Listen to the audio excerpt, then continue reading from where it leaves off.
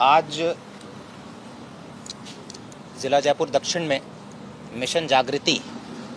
अभियान को लॉन्च किया जा रहा है, जो कि ये नशे के विरुद्ध हमारा पूरे ज़िले भर का अभियान रहेगा। आज हमने इसी क्रम में पूरे ज़िले में एरिया डोमिनेशन भी किया था। अलग अलग सर्कल्स में, खासकर जो कच्ची बस्तियां हैं, जो नशे के सप्लाई के हिसाब से जो हॉटस्पॉट्स हमने कुछ चिन्हित किए थे, वहाँ पर हमने कार्रवाई की थी। उसमें हमने डॉग स्क्वाड और ड्रोन की भी मदद ली थी। और ये जो एरिया डोमिनेशन हमने किया, इसमें हमने करीब 13 प्रकरण NDPS के दर्ज करते हुए टोटल जो है 47 लोगों को गिरफ्तार किया है। इस एरिया डोमिनेशन के साथ इस अभियान की आज हमने शुरुआत की है। ये जो अभियान है मिशन जागृति, ये बेसिकली जितने भी संबंधित विभाग है नशे के अलग अलग एस्पेक्ट्स के साथ जो डील करते हैं, उन संबंधित विभागों के साथ समन्वय करके हम इस अभियान को चलाएंगे। चाहे वो प्रशासन हो, चाहे वो सामाजिक न्याय विभाग हो, चाहे वो शिक्षा विभाग हो, नारकोटिक्स कंट्रोल ब्यूरो के भी प्रतिनिधि हैं, और असिस्टेंट ड्रग कंट्रोलर जो कि दवा की दुकानों का इंस्पेक्शन करते हैं, वो भी हमारे साथ जुड़ेंगे। तो आइडिया ये है कि सारे विभागों के साथ समन्वय करके एक 360 डिग्री अप्रोच जो है अडॉप्ट करते हुए नशे का सप्लाई और डिमांड दोनों को हम टारगेट करेंगे। जहाँ तक सप्लाई की बात है,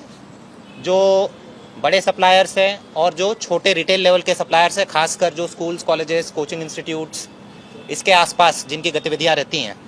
इनको हम बीट वाइज चिन्हित करेंगे। बीट वाइज इनकी लिस्टिंग हम करवा रहे हैं, और प्रयास रहेगा कि ये जो पूरा सप्लाई चेन है, नीचे से लेकर ऊपर तक, रिटेल लेवल से लेकर जो बड़े सप्लायर्स हैं, उन सबको चिन्हित करके उनके विरुद्ध कार्रवाई की जाए और इस सप्लाई चेन को कमज़ोर किया जाए।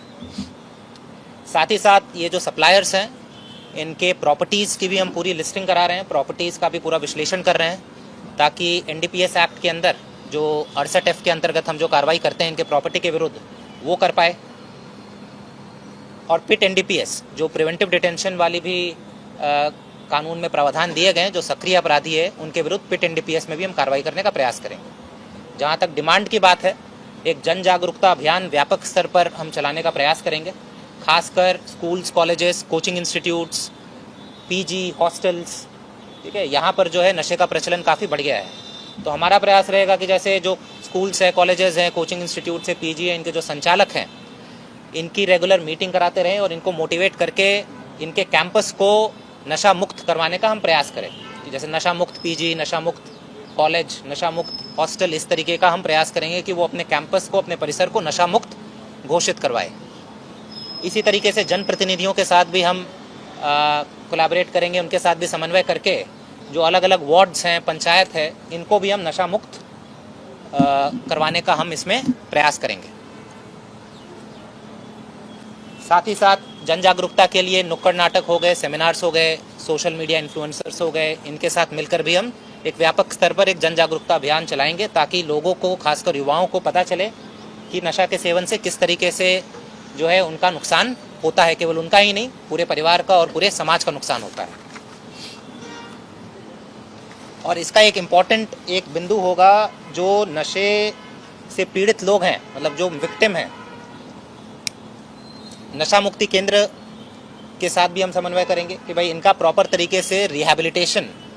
जो पुनर्वास है, इनकी काउंसलिंग करवाई जा सके, इनका प्रॉपर तरीके से रिहैबिलिटेशन कराया जा सके, इनकी कोई ट्रेनिंग या स्किल डेवलपमेंट कराया जा सके, ताकि इनको आजीविका मिल सके। तो बेसिकली प्रयास ये है कि एक 360 डिग्री अप्रोच लेकर